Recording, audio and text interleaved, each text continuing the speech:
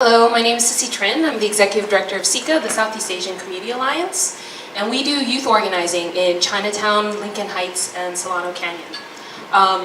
So our work basically, is the nexus of the two biggest issues facing LA, climate change and affordable housing. I'm sure you guys have heard about the housing crisis ad nauseum.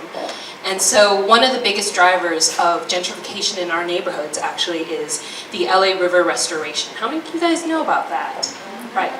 $1.6 billion public works project designed to increase our local supply of water. Except what has happened?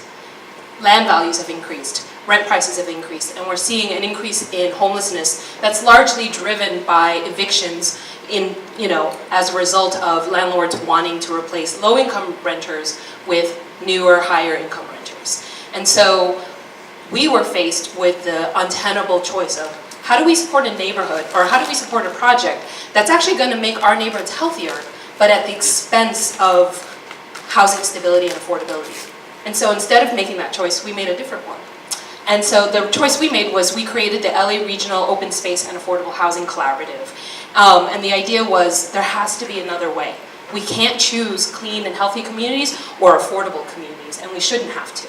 And so we brought together a coalition of about 11 different organizations and public agencies to address this exact issue of green gentrification. And for whatever reason, some of my slides are missing, or partially missing. And so the idea is people shouldn't have to choose between an affordable home or a healthy community. And so our goal is really, how do we create a Los Angeles where every Angelino has the right to and is entitled to a healthy community, and that includes affordable housing, good jobs, access to open space and nature, and all connected by a robust public transit system. And so we're looking at a variety of different tools and mechanisms, public policy, municipal finance, and then here are just kind of like looking at development opportunities. One of the things we want to do is build parks and housing together, right?